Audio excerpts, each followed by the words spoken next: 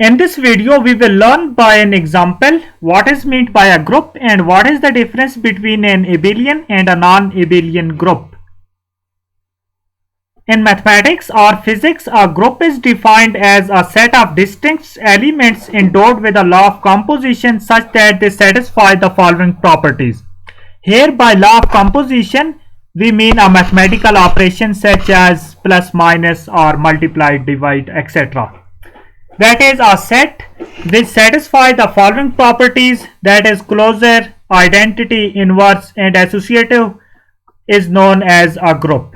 That is a set which satisfy these four properties is known as a group. And in addition to these four properties, if some set satisfy this fifth property, that is if the property of commutation is also satisfied by the set, then that group is known as abelian group.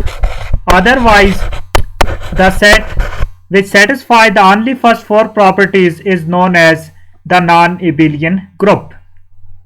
Now we will start with an example. Let we have a set whose elements are minus 1, 0 and 1, and suppose we name it as A. Now we will check one by one that whether these properties are satisfied by this set or not. First, we will check for the closure property, and we will check this with respect to plus, that is with respect to addition. We will start with the closure property, that if we add these two elements, then we get 0, which also belongs to A, and if we add 0 plus 1, we get 1, which is again belongs to A. So this set is closed with respect to addition. So the first property is satisfied by this set. Next is the identity element.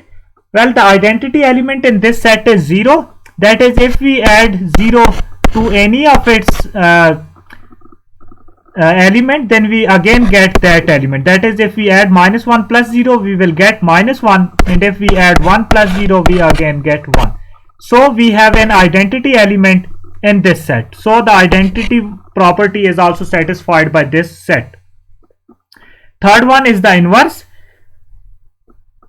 For inverse, we have, if we add minus 1 to plus 1, we will get identity, that is 0, and again if we add 1 into minus 1, we will again get identity. So the inverse of 1 is minus 1, and the inverse of 1 is minus 1. Also inverse of 0 is itself minus 0. So we have inverse of each element. So the third property is also satisfied. Now the fourth property, which is associative, we can check it here. That is, if we add first minus 1 and 0, and then we add it to plus 1, and at right hand side we will first add 0 and 1. We will get this minus 1 plus 1, and as minus 1 plus 1. So here we have 0, and here we also have 0. So the associative property is also hold in this set. So this set is a group. Now we will check whether this set is a abelian group or a non-abelian group. For this, we will check the commutative property. That is, if we add minus 1 to 0, or we add 0 to minus 1, we get minus 1. That is, no matter in which order we add these numbers, we will get the same result. So this group also having the property of commutation.